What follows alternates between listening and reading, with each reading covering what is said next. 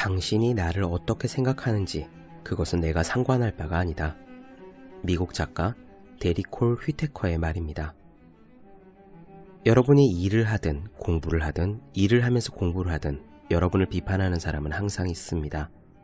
여러분을 못마땅해 하는 사람일 수도 있고 여러분 대신 일을 해야 하는 사람일 수도 있으며 단순히 여러분이 잘 되는 것을 배아파하는 사람일 수도 있습니다. 모든 사람들이 여러분에게 박수를 보낼 수는 없습니다. 여름이 있으면 겨울이 있고 낮이 있는 대신 밤도 있는 것처럼 자연스러운 세상의 이치입니다. 그런데 다른 사람들의 비판에 지나치게 영향을 받는 사람들이 꽤 많습니다. 표정과 말투가 머릿속을 떠나지 않고 화가 침입니다.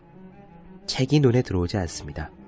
심지어 스트레스가 심해 홧김에 공부를 접어버리고 싶다고 말하는 사람도 본 적이 있습니다.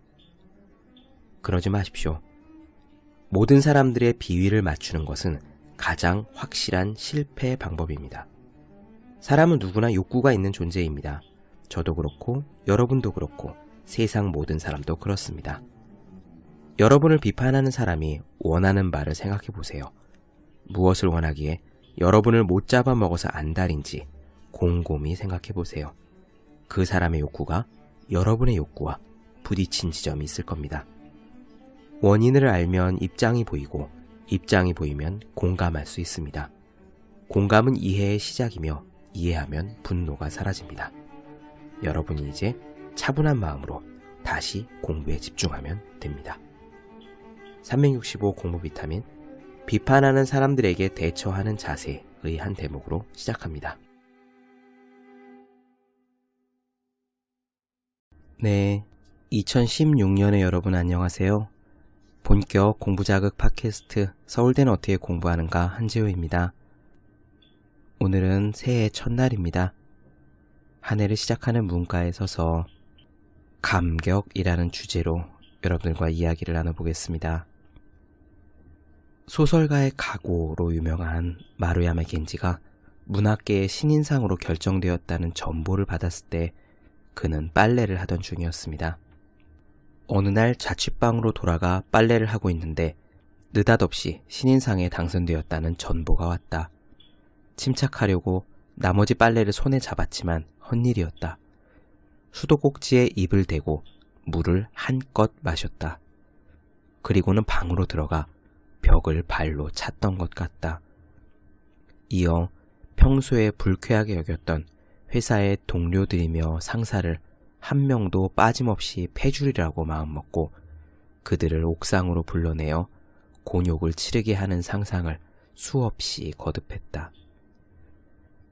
마루야마 겐지는요, 전산 고등학교를 졸업한 무역회사의 말단 사원이었습니다.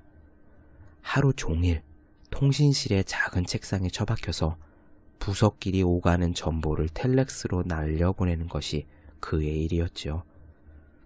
일본 경제가 호황을 누리던 1960년대 중반, 마루야마 겐지는 고졸 9급 사원이란 무시와 겨우 굶어 죽지 않을 만큼 쥐꼬리만한 월급을 받으며 하루에 3장씩 꼬박꼬박 원고지를 채웠습니다.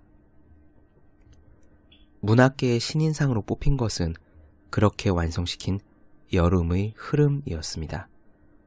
마루야마 겐지는 수도꼭지의 물을 벌컥벌컥 먹고 벽을 발로 냅다 갈겨댔죠. 그것도 모자라 상사와 동료들을 모조리 패주리라고 결심했습니다. 23살, 젊은 혈기로 가득 찬 마루야마 겐지의 감격은 그랬습니다. 감격을 이야기할 때 제게 가장 먼저 떠오르는 사람은 스티븐 킹입니다.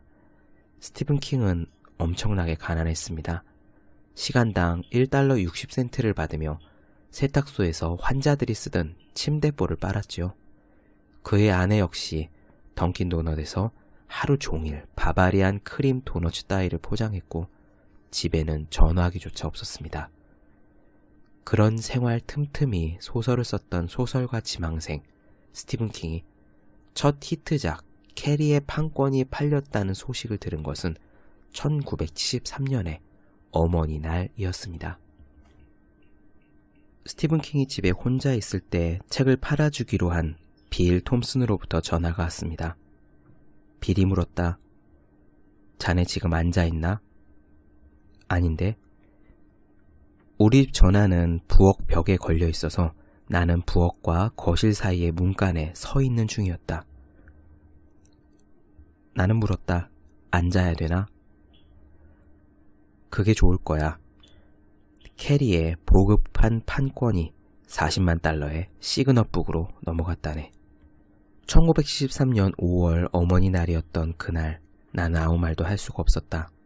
나는 문간에 멍하니 서 있었고 내 그림자도 평소와 다름이 없었지만 도저히 말이 나오지 않았다. 빌은 듣고 있느냐고 물었지만 그의 목소리에는 웃음이 섞여 있었다. 내가 듣고 있다는 것을 알면서도 묻는 중이었다. 그러나 내가 잘못 들은 것이 분명했다. 사실일 리가 없었다. 그런 생각이 들면서 다시 말을 할 수 있었다. 방금 4만 달러에 넘어갔다고 했나? 빌이 대답했다. 40만 달러라니까. 계약서에 의하면 그중 20만 달러가 자네 몫이지. 축하하네, 스티브. 나는 아직도 문간에 서서 거실 너머로 우리 침실과 조의 침대가 있는 쪽을 바라보고 있었다. 샌포드 스트리트에 있는 이 집이 월세 90달러인데 내가 단 한 번밖에 얼굴을 맞대고 만난 적이 없는 이 남자는 내가 방금 돈벼락을 맞았다고 말하고 있었다. 다리에서 힘이 쭉 빠졌다. 그렇다고 아주 쓰러진 것은 아니지만 문간에 그대로 풀썩 주저앉고 말았다. 나는 액수를 다시 말해달라고 했다. 제대로 들었다는 것을 확신할 수 있도록 아주 천천히 또박또박 말하라고 했다. 그는 숫자 4에 0이 5개 붙었다고 말해주었다. 우리는 그때부터 다시 1시간 반 동안 이야기를 나누었지만 나는 우리가 그때 무슨 말을 했는지 한마디도 기억하지 못한다. 통화가 끝난 후 나는 와이프 태비가 있는 처가로 전화를 걸었다. 막내 처제가 봤더니 태비는 벌써 떠났다고 말했다. 나는 양말만 신은 채로 아파트 안을 오락가락하기 시작했다. 경사가 났는데 이 소식을 들어줄 사람이 없어 가슴이 터져버릴 지경이었다. 나는 온몸을 부들부들 떨고 있었다. 마침내 신발을 신고 나가 시내를 돌아다녔다. 메인 스트리트에서 문을 연 가게라고는 오직 약국뿐이었다. 갑자기 태비에게 어머니날 선물을 사줘야 한다는 생각이 들었다. 뭔가 값비싸고 굉장한 것이어야 했다. 나도 그러려고 노력은 했다. 그러나 인생의 진리 중에는 이런 것도 있었다. 약국에서는 정말 값비싸고 굉장한 물건은 아무것도 팔지 않는다는 사실. 그래서 최선의 선택을 했다.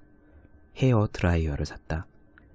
집에 돌아와 보니 아내 태비가 부엌에서 아기 가방을 비우면서 라디오에서 흘러나오는 노래를 따라 부르고 있었다. 나는 그녀에게 드라이어를 건넸다. 그녀는 난생 처음 보는 물건이라는 듯이 그것을 들여다보았다. 이건 왜 주는 거예요? 나는 그녀의 양쪽 어깨를 감싸쥐었다. 그리고 보급한 판권이 팔렸다는 소식을 전했다. 그녀는 내 말을 알아듣지 못하는 듯 했다. 다시 말해주었다. 태비는 내가 그랬던 것처럼 내 어깨 너머로 작고 초라한 우리 집 안을 둘러보더니 곧 울기 시작했다. 이 페이지를 읽을 때마다 저는 매번 눈물이 그렁그렁 맺힙니다. 스티븐 킹과 그의 아내가 살았을 작고 어지러운 집, 그리고 시대를 대표하게 될 대작가가 한 손에 헤어 드라이기를 들고 울고 있을 모습을 상상하면 어김없이 그렇게 됩니다. 그가 느꼈을 감격이 그 순간의 벅참이 고스란히 전해져서입니다. 서울의 한 신문사에서 신춘문예를 담당하던 기자가 쓴 글을 읽은 적이 있습니다. 신춘문예는 1월 1일자 신문에 실리지만 당선 결정은 보통 12월 20일경입니다. 담당 기자는 직접 전화를 걸어 당선자에게 당선 소식을 전합니다. 등단을 이제나 저제나 꿈꾸는 문청들에게는 그야말로 감격의 순간입니다. 기자는 이야기하길 당선 소식을 건넬 때마다 수화기 저편에서 들려오는 반응은 제각각이라 했습니다. 정말이냐고 묻는 사람도 있고 갑자기 비명을 지르는 사람도 있답니다.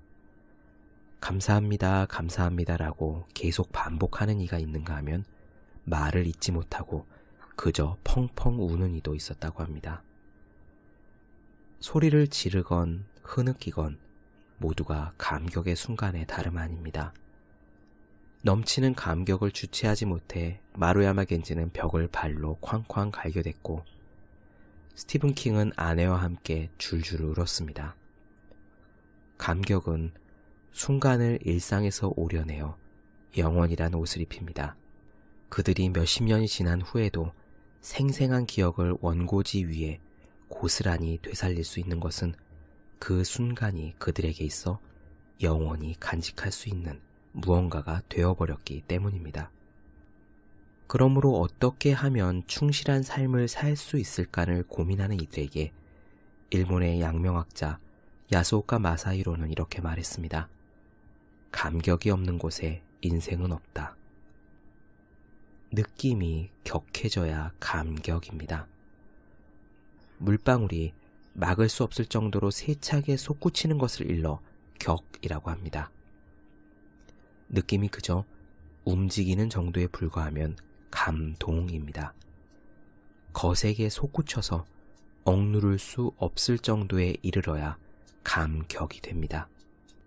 우리의 인생을 영원히 빛나는 무언가로 만드는 비결은 감격에 있습니다. 살아가는 참맛입니다. 감격은 무엇으로서 얻을 수 있을까요? 인생의 참 즐거움이 감격에 있다고 하나 인생은 주파나를 깐깐하게 튕깁니다. 감격은 공짜가 아닙니다. 헐값에 넘기는 일조차 결코 없습니다. 반드시 지폐 한 장, 동전 한 입, 제 값을 치르는 것을 확인한 후에야 인생은 슬그머니 감격을 꺼내 우리 손에 쥐어줍니다. 거세게 솟구치고자 하면 큰 힘이 필요합니다. 큰 힘이 있으려면 작은 힘들이 모여야 합니다. 간헐천에서 퐁퐁 솟는 샘물이라야 그 힘이 얼마나 되겠습니까? 주춧돌을 들어 구멍을 틀어막은 채 모이고 쌓일 때까지 인내해야 합니다. 충분히 누르고 있다면 한계점에 이르러서 비로소 펑 하고 솟구치는 것입니다. 놀고 싶은 마음, 편하고 싶은 욕심, 게으르고 싶은 유혹이 없는 이가 어디 있겠습니까? 하지만 자잘한 충동에 화답하여 틈 사이로 단물을 슬슬 흘려보내는 사람은 평생을 기다려도 솟구칠 수가 없습니다. 인생은 공짜가 아닙니다. 그런 이에게는 감격이 없고 감격이 없는 곳에는 살아가는 참맛이 없습니다. 문득 자문하여 봅니다. 나의 인생은 감격이 있는가 하고 4년 전쯤 이런 꿈을 꾸었습니다. 버스를 타고 가다가 돌로 만든 다리 앞에서 내렸습니다. 저는 다리 아래에 흐르는 물이 보고 싶어 밑으로 내려갔지요. 처음에는 그 아래에 흐르는 물이 그저 강물인 줄 알았습니다. 하지만 아니었습니다. 강가에 서자 발밑에는 거울처럼 잔잔한 바다가 에메랄드색으로 눈부시게 빛났고 눈앞에는 푸른색의 하늘이 끝없이 펼쳐졌습니다.